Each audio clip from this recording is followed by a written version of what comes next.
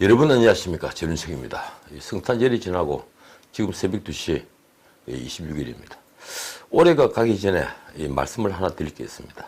제가 방송을 떠난 지 벌써 4개월입니다. 여럿이 앉아 말하는 포맷이 싫어서 언제나 거절하죠. 그리고 또 그 방송국 진행자가 마음에 안 들 때도 있고요. 무엇보다도 막 시작한 유튜브에 전력을 다하고 싶었기 때문입니다.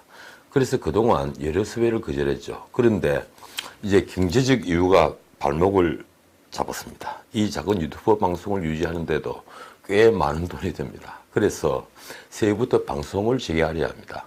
큰 부담이 안 되게 주 1회 시사 프로그램과 그리고 시사 예능 프로그램을 생각하고 있습니다. 대신 매일 하는 방송은 제의를 받았지만 고민을 오래 하다가 고사했습니다. 돈보다 더 소중한 게 있더군요. 제가 다시 방송하는 걸 두고 여러분들께서 혹시 오해를 할까 높아심에서 미리 드리는 말씀입니다. 오늘은 지식인의 허위직부터 얘기를 시작할까 합니다. 2차 대전이 끝날 무렵 마르크스는 지식인들에겐 첨단 패션이었습니다. 장폴 샤르트르, 에르네스트 블로어, 헤르베르트 마르쿠제, 하버드대 교수였죠. 이런 사람들, 당시 지식인으로 불린 이들이 마르크스를 채 알기도 전에 마르크스를 사모했습니다. 청년들은 이들을 석학으로 우러러보면서 이른바 진보 열풍을 일으켰죠. 60년대, 그 60년대 후반대까지 유럽은 문자 그대로 진보의 시대였습니다. 때마침 프랭클린 루스벨트로부터 막대한 지원을 받았던 스탈린은 이념의 처녀지 같은 아프리카와 아시아의 제3세계라고 하면서 공산주의를 전파해서 세계의 60%를 좌파가 장악했죠. 그런 좌파 시대에 지식인이 끼친 해악은 그저 놀라울 뿐입니다. 한 예를 들까요? 러시아 사람들은 여행을 다니지 않는다. 여행이 금지돼서가 아니라 그들의 훌륭한 나라를 떠날 욕구가 없기 때문이다. 이 말 누가 했는지 압니까? 장폴 샤르트르가 1954년 7월에 러시아를 방문하고 파리로 돌아와서 리베라시옹지와의 인터뷰에서 한 말입니다. 심지어 그는 러시아 죄수들은 교도소가 너무 효과적이어서 그걸 너무 편하기 때문에 아무도 밖에 나가려 하지 않는다는 말도 했습니다. 정말 기가 막히죠. 그런 샤르트르를 두고 사회민주주의자 교수인 막스 호르카이머는 철학계 사기꾼이자 야바이꾼이라고 불렀습니다. 그런데 언론은 오히려 호르카이머 교수를 비난했죠. 얘기가 좀 길었습니다. 지식인의 외관을 한 학자, 정치인, 언론인들이 요즘 하는 말을 들어보면 저 역시 그들을 야바이꾼이라고 비난하지 않을 수 없습니다.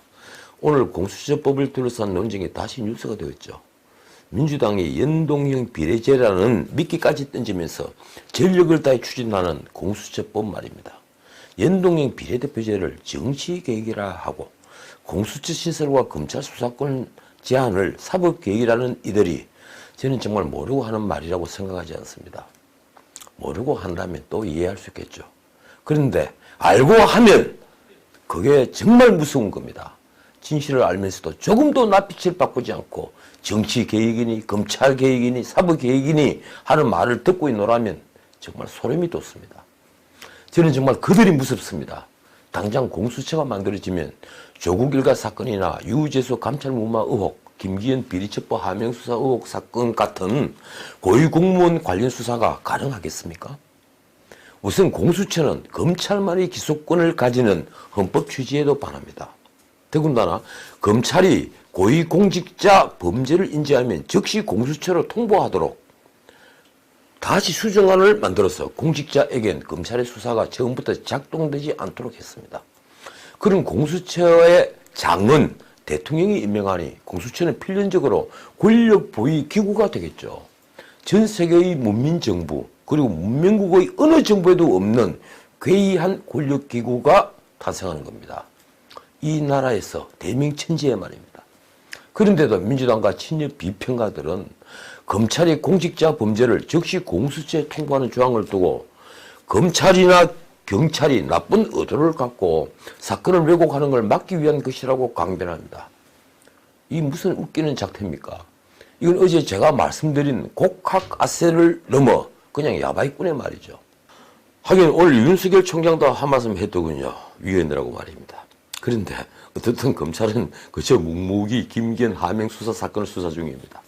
언론 보도를 보면 울산시 공무원들이 비공개 내부 문건과 정보를 송철호 후보 캠프로 제공한 게 드러났습니다.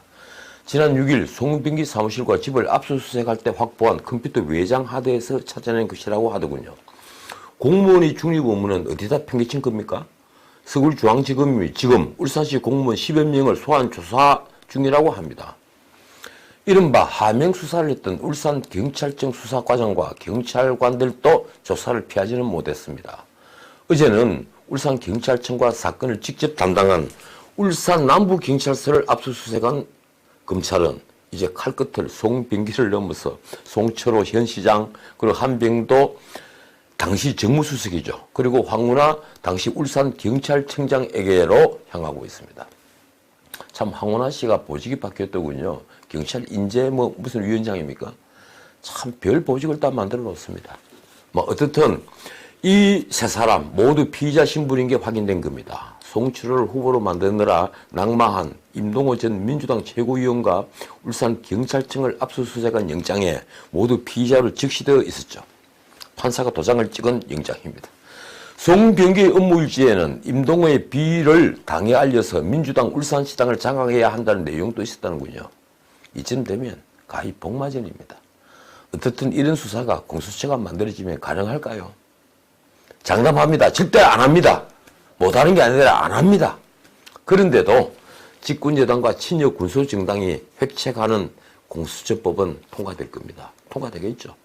오늘 밤 12시면 선거법 필리버스터가 끝나지 않습니까? 그리고 민주당 꼼수대로 내일 다시 임시국회가 열리고 선거법을 표결합니다. 그 다음 남아있는 예산 부수 법안들을 처리하겠죠. 곧 공수처법도 우여곡절은 그치겠지만 반드시 처리할 겁니다. 집권 세력과 친여 군소 정당들은 나름 쾌지를 부르겠죠. 뜻한 바를 모두 얻으니까 말입니다. 역사가 그들을 어떻게 기록할지를 알면 오금이 지릴 텐데 이리 태인한 이유는 권력이 그만큼 좋거나 국민과 역사를 우습게 아는 것 둘 중 하나일 겁니다. 야바이꾼들은 구경꾼들을 속이려고 무슨 짓이든 하죠. 대부분 야바이판엔 판을 둘러싸고 돈을 걸고 따르는 가짜 손님들이 있습니다. 그들은 호구를 걸려들게 하는 바람잡이죠. 지금 우리 국민이 그 호구가 되어 있습니다.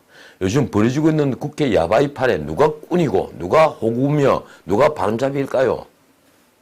정말 기막힌 복맞은 풍경이 벌어지고 있는 겁니다. 어떻든 지금 한국당은 필리버스터를 하고 있지만 무력감을 절감하고 있습니다. 4-1 협의체 표결 강행을 막을 길이 없으니까 말입니다. 국회 선진화법을 한국당의 전신인 새누리당이 주도했으니까 할 말도 없습니다. 특히 그 법에는 동물국회를 막는다면서 국회 내 몸싸움을 처벌하도록 해놓았죠. 그 바람에 이미 한국당 의원들 60명이나 고발당해서 수사 대상이 되어 있습니다. 저는 박근혜, 황우여, 남경필 등 당시 이 법을 주도했던 이들을 원망하지 않습니다. 그들은 자신들이 영원히 다수당이 될 줄만 알았을 뿐이죠. 어떻든 의장석에 앉아 있었던 문희상 의장은 정말 대단한 분입니다. 방송 화면이지만 그 얼굴을 다시 한번 보게 되더군요. 필리버스터에 나선 전희경 의원은 아들을 거론할수록 지역 인지도만 올라간다고 문 의장이 말했다면서 희정잡배와 다를 게 무엇인가며 꼬집었습니다. 희정잡배. 문 의장은 나이 어린 여성 의원으로부터 초선 의원이죠. 그 의원으로부터 이런 모욕을 듣고도 표정 하나 바꾸지 않더군요. 박대출 의원은 그를 동탁에 비유하며 의회 쿠데타의 주모자 그리고 청와대 출장 소장이 됐다고 비꼬았습니다. 그런데 문 의장은 주모자가 아니라 하수인이죠. 재미있는 건 내일 다시 열릴 임시국회에서 민주당이 선거법 표결을 하지 않을 거라는 예상입니다. 왜냐고요? 한국당이 낸 홍남기 경제부총리 탄핵소추안에 대한 표결 시한이 내일까지이기 때문입니다. 그러니까 내일 임시국회를 열지 않는다면 홍남기 탄핵소추안은 표결하지 않고 폐기되니 민주당은 당연히 내일 하루를 건너뛰고 싶겠죠. 참 가지가지합니다. 그나저나 한국당은 어제도 말씀드렸지만 이제 비례한국당이라는 위성정당을 만드는 것을 공식화했습니다. 그런데 고민이 된 민주당 대응이 참 웃깁니다. 자신들도 비례민주당을 만들려고 하니 정의당 등으로부터 배신자 소리를 듣겠죠. 그러면 공수처법 통과가 어려워지는 것은 불문가지니까 또 다른 꾀를 낸 겁니다. 그게 바로 비례대표 공천을 하지 않은 정당은 지역구 후보를 낼 수 없다는 또 다른 선거법 수정안인데 이를 위성정당 금지법이라고 하더군요. 그런데 자신들도 이런 제안은 위헌인 것을 알았는지 우선은 접었다고 합니다. 그런데 알 수 없죠. 제 눈에는 지금 하겠다는 연동형 비례자와 공수처는 더 명백한 위헌으로 보입니다.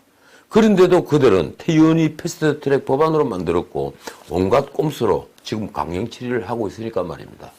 시뮬레이션 결과 한국당의 연동형 의석을 쓸어가게 된다면 그들은 다시 무슨 짓이든 할 사람들입니다. 한두 뉴스만 더 짚어보겠습니다. 이 별다른 뉴스가 없었던 크리스마스, 이 한일 정상회담과 한중 정상회담 분석이 주요 뉴스가 됐습니다. 저는 한중 회담은 문 대통령이 굽실된, 시진핑에게 굽실된 굴종회담으로, 그리고 한일 회담은 아무런 소득도 없는 정상회담 쇼라고 했습니다. 그런데 국민들의 이런 시각이 불편했는지 오늘 청와대에서 아주 이례적인 정상회담 후속 뉴스를 만들더군요. 말로 푼 거죠. 먼저 시진핑이 내년 상반기 방한이 확정직이라는 뉴스가 그겁니다. 또 등장했습니다. 청와대 핵심 관계자. 이 핵심 관계자라는 분이 추측안까지 와서 밝혔다고 하는군요. 그런데 언론은 이 핵심 관계자가 누군지, 왜 뒤늦게 시진핑 방한을 말하는지 그건 보도하지 않더군요.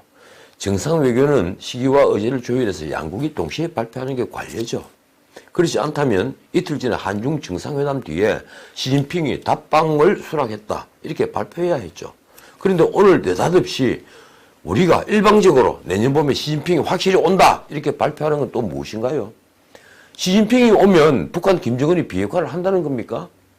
아마도 일본 아베에게는 소고기 수입 등 선물을 주면서 우리에게는 한안령은 언급조차 하지 않았다는 비판이 쏟아지자 청와대가 과잉 홍보를 한 게 아닌가 저는 생각합니다. 한일 정상회담도 마찬가지입니다. 아무런 소득이 없었다는 비판 때문인지 오늘 예의 그 핵심 관계자가 뒷얘기를 풀었습니다. 정상회담에서 문 대통령이 아베에게 중요한 것은 해법을 찾는 일이다. 본질을 둘러싸고 논쟁을 하는 것은 문제를 더 어렵게 할 뿐이라고 말했다. 그걸 강조한 겁니다. 심지어 문 대통령이 아베에게 후쿠시마 원전 오염수에 대한 문제점을 제기했다는군요. 아베는 투명한 정보를 공유할 용의가 있다. 이렇게 말했다고 했습니다. 어떻게 하든 한일 회담이 성과가 있었다고 홍보를 하고 싶은 것이죠. 참 안 됐습니다. 자, 오늘 김정은은 예상외로 조용했습니다. 크리스마스 선물로 그렇게 전 세계를 긴장시키더니만 말입니다. 하긴 종교가 없는 곳이니 자신이 크리스마스 선물을 준다는 것도 웃기는 거죠. 그런데 미국은 오늘 한반도 상공에 미국의 핵심 정찰 전략 자산인 글로벌 호커, 그리고 조인트 스타스, 그리고 리벳 조인트, 그리고 얼마 전에 알려졌던 코브라 볼, 무려 4개의 전략 정찰 자산을 동시에 띄웠습니다. 북한 전역을 정말 개미 새끼까지 철저히 감시한 거죠. 아마도 김정은은 섬뜩했을 겁니다. 자신이 머리 위에 적의 전략 자산이 있다는 것 자체가 기분이 나쁘죠. 엄청난 공포겠죠. 오늘 벌인 트럼프의 쇼는 과연 뭘 노린 걸까요? 내게는 한중회담 뒤통수를 친 것으로 보입니다. 자, 오늘은 여기까지입니다. 휴일 밤이 너무 스산하군요. 내일 뵙죠. 지금까지 전우석이었습니다.